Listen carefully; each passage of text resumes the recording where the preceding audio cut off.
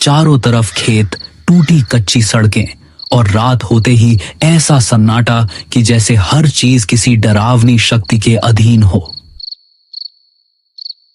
यहां गांव में कुछ दिनों से रात में लोग एक एक करके गायब हो रहे हैं और इन्हें कौन गायब कर रहा है ये कोई नहीं जानता।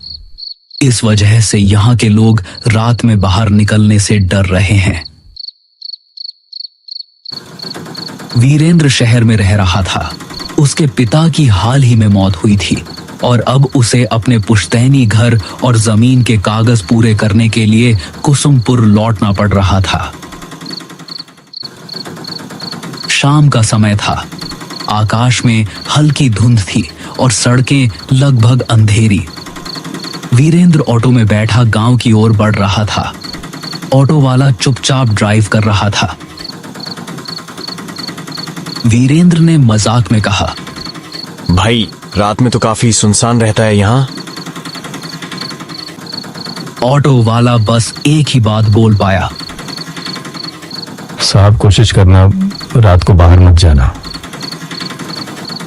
रास्ता लंबा और धूंध से भरा था। वीरेंद्र ने बाहर झांक कर देखा तो उसे सड़क किनारे खड़े पेड़ और खेतों के बीच से गुजरती अजीब सी परछाइयां दिखाई दी। हल्की हवा से पेड़ों की शाखाएं जैसे फुसफुसा रही हों। वीरेंद्र ने खुद से कहा, बस शहर में रहकर ही अच्छा था। ऑटो धीरे धीरे गांव के मुख्य चौक पर पहुंचा। वहां का दृश्य वीरेंद्र को हैरान कर गया। पूरे गांव में सन्नाटा था। कोई दुकानदार नहीं, कोई आदमी नहीं। चौपाल खाली थी। कुत्ते भी अपनी जगहों पर भौंक रहे थे। वीरेंद्र ने ऑटो वाले से कहा, भैया आप जाओ।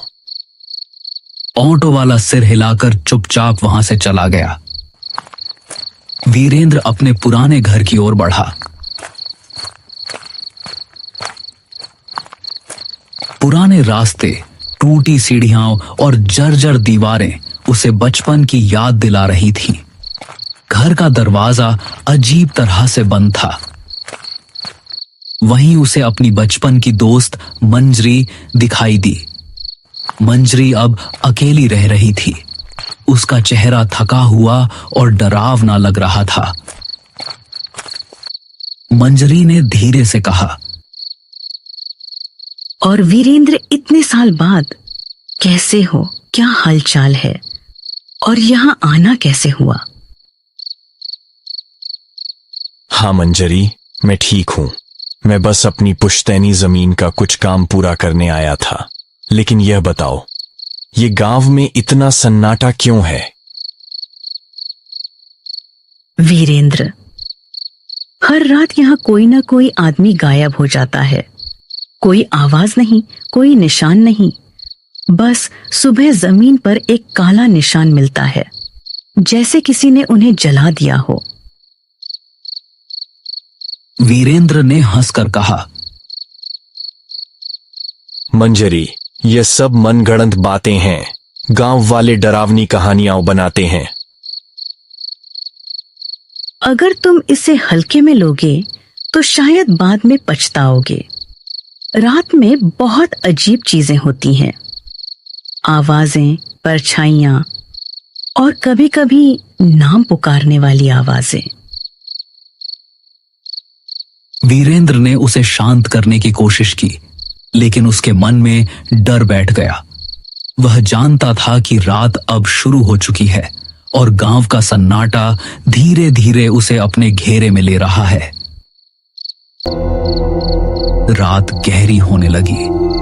वीरेंद्र घर के पुराने कमरे में बैठा धुंध से ढकी खिड़कियों के बाहर झांक रहा था।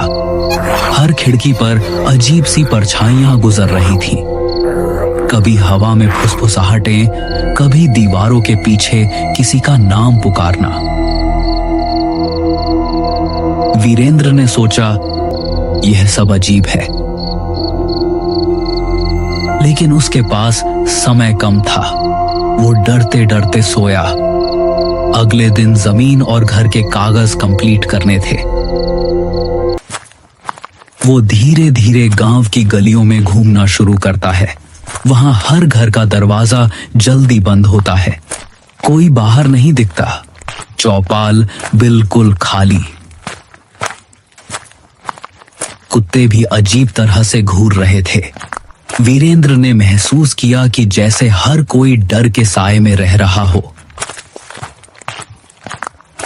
तभी उसे गांव का पुराना पंडित दिखाई दिया। पंडित बुजुर्ग और गंभीर थे। उनका चेहरा समय की मार झेल चुका था। पंडित ने वीरेंद्र को देखते ही गंभीर स्वर में कहा, वीरेंद्र, तुम यहां क्या करने आए हो? पिताजी के जमीन के कागज पूरे करने, लेकिन ये सब अजीब क्यों है? यह गांव शापित है और यह श्राप उसी जमीन से जुड़ा है जो तुम्हारे परिवार की थी। वीरेंद्र हैरान रह गया। उसने पूछा, कैसा श्राप? तुम्हारे दादा ने इस जमीन पर एक मंदिर गिरवाया था। उस मंदिर में एक रक्षक की आत्मा थी जो गांव की रक्षा करती थी। जब मंदिर टूट गया, आत्मा कैद हो गई। अब यह हर रात किसी इंसान की आत्मा खींचती है ताकि अपनी कैद से मुक्त हो सके। वीरेंद्र ने पंडित की बातों को बड़ी गौर से सुना, लेकिन उसके भीतर डर बैठ चुका था। वीरेंद्र ने पंडित की बातों को सोचते हुए रात बिताई। आसपास के धुंध और आवाजें उसे लगातार परेशान कर रही थीं। दीवारों के पीछे फुसफुसाहटें, हवाओं में नाम पुकारने की आवाजें और खिड़कियों से गुजरती काले साए उसे मानसिक रूप से कमजोर कर रहे थे। अगले दिन वीरेंद्र ने तय किया कि वह उस जगह जाएगा जहां मंदिर था। उसे जानना था कि क्या सच में यह श्राप उसके परिवार की गलती का परिणाम है। वीरेंद्र, मत जाओ वहां, यह खतरनाक है। तुम्हें शायद बचकर नहीं निकल पाओगे। मुझे सच्चाई जाननी है। अब डर कोई काम नहीं आएगा। रात का समय था। पूरा गांव वीरेंद्र को रोकने की कोशिश कर रहा था, लेकिन वीरेंद्र ने हिम्मत दिखाते हुए आगे बढ़ना तय किया। वीरेंद्र उस जगह पहुंचा। चारों तरफ जली हुई मिट्टी, टूटी दीवारें और बीच में एक पुराना बुझा हुआ दिया पड़ा था। वीरेंद्र ने धीरे से दिया जलाया। जैसे ही लौ उठी, जमीन हिलने लगी, हवा में सिसकारियां गूंजने लगी। वीरेंद्र का मन डर से कांप रहा था। तभी मंजरी वहां पहुंचती है, लेकिन उसका चेहरा बदल चुका था।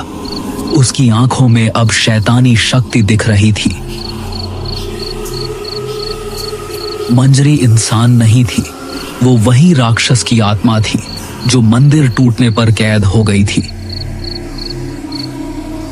सालों से मंजरी गांव के लोगों को मार रही थी ताकि उन्हें अपने अंदर खींचकर श्राप से मुक्त हो सके, लेकिन अब वीरेंद्र के लौटने से उसकी कैद पूरी तरह टूटने वाली थी। मैं अब तुम्हें नहीं छोड़ूंगी। तुम्हें निगलने के बाद मैं इस श्राप से मुक्त हो जाऊंगी। नहीं, मुझे छोड़ दो। लेकिन आसपास धुआं फैल जाता है। धीरे धीरे वीरेंद्र गायब हो जाता है। गांव में अब केवल सन्नाटा और हवा में हल्की सिसकारियां रह जाती हैं।